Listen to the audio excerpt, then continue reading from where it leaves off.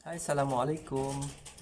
Hari ini saya ingin berkongsi dengan anda tentang isu belajar bidang lain tetapi kerjanya bidang lain ataupun belajar tinggi-tinggi akhirnya tidak bekerja. Ya. Soalan ini seringkali ditanya oleh para ibu bapa kepada saya, juga ditanya oleh para pelajar saya sendiri. Jadi ini jawapan saya. Apabila masuk ke universiti, ya, tuan-tuan dan puan-puan ya sekalian, apabila anak kita masuk ke universiti, jika dia keluar nanti dia dapat kerja sama seperti apa yang dia dipelajari, alhamdulillah itu yang terbaik dan rezekinya. Tetapi sekiranya dia belajar bidang lain tetapi dia bekerja bidang lain, belajar bidang elektrik tetapi bekerja di dalam bidang peruncitan, maka ia bukanlah satu kerugian. Di universiti adalah tempat untuk belajar bagaimana untuk menyelesaikan masalah. Belajar tentang skill bagaimana untuk bekerja secara berkumpulan. Belajar tentang disiplin masa bagaimana untuk menghantar tugasan pada waktu yang diberikan. Di universiti, belajar berorganisasi. Belajar untuk membuat pembentangan berdasarkan kepada konten isi. Maka di universiti juga belajar tentang kemanusiaan. Jadi kemahiran-kemahiran yang dapat daripada universiti, daripada IPT, daripada politeknik itu sebenarnya adalah kemahiran yang kita tidak sedar ia sedang dibangunkan. Kalau kita hanya fokus kepada bidang, maka kita akan rasa rugi bila kita bekerja di dalam bidang lain. Saya bagi contoh, di universiti, di ID Politeknik kadang-kadang tugasan-tugasan yang diberikan oleh pensyarah itu tugasan yang berbeza, 3 tugasan tetapi perlu dihantar pada waktu yang sama, due date. Jadi sebagai pelajar apa yang mereka akan buat? Maka mereka perlu mengatur strategi bagaimana untuk memastikan ketiga-tiga tugasan yang diberikan ini boleh dihantar. Maka otak mereka sedang bekerja, maka dia akan plan waktu ini nak jumpa dengan kumpulan mana, waktu ini nak selesaikan yang mana, dekat mana nak cari bahan. Maka ia sedang melatih skill tanpa dia sedar. Jadi kemahirannya dibangunkan di politeknik, di universiti.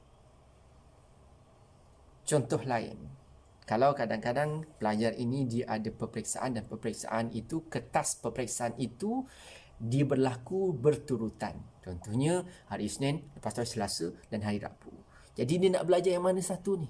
Jadi dia akan atur strategi supaya ketiga-tiga itu boleh dijawab dan cemerlang. Maka mengatur strategi ini adalah skill yang dibangunkan ketika di universiti. Jadi nanti bila dia bekerja, walaupun dia bekerja dalam bidang yang lain, sebenarnya dia sedang mengaplikasikan ilmu yang dia pelajari. Ada kadang-kadang ya tuan-tuan dan puan-puan, walaupun kita belajar dalam bidang kejuruteraan elektrik tetapi kita memang bekerja dalam bidang elektrik, tak semua ilmu yang kita pelajari itu akan diguna pakai waktu kita bekerja. Tetapi skill yang dibangunkan itu sebenarnya yang kita, anak-anak kita gunakan. Jadi jangan pernah merasa rugi apabila bekerja dalam bidang yang lain. Dan isu orang yang anak-anak kita kalau belajar tinggi-tinggi, kemudiannya dia jadi suruh rumah. Sia-sia je aku hantar kau belajar, ya. Ayah hantar kakak belajar, last kali kakak jadi suruh rumah, tidak bekerja. Ya. Menjadi suruh rumah sekarang ini juga boleh generate income. Apabila dia menggunakan skill yang dia belajar di universiti, maka dia tahu bagaimana untuk menjana pendapatan dengan menggunakan walaupun statusnya suri rumah. Ya. Kadang-kadang menjadi suri rumah tetapi dia adalah penasihat ekonomi, keluarganya bahagia.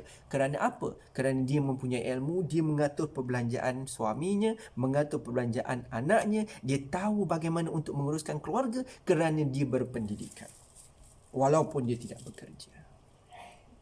Maka tapi sebagusnya kalau dia sudah mempunyai pendidikan, kalaupun dia nak menjadi suri rumah tidak ada masalah. Sekarang ini kita boleh generate income menggunakan kaedah online.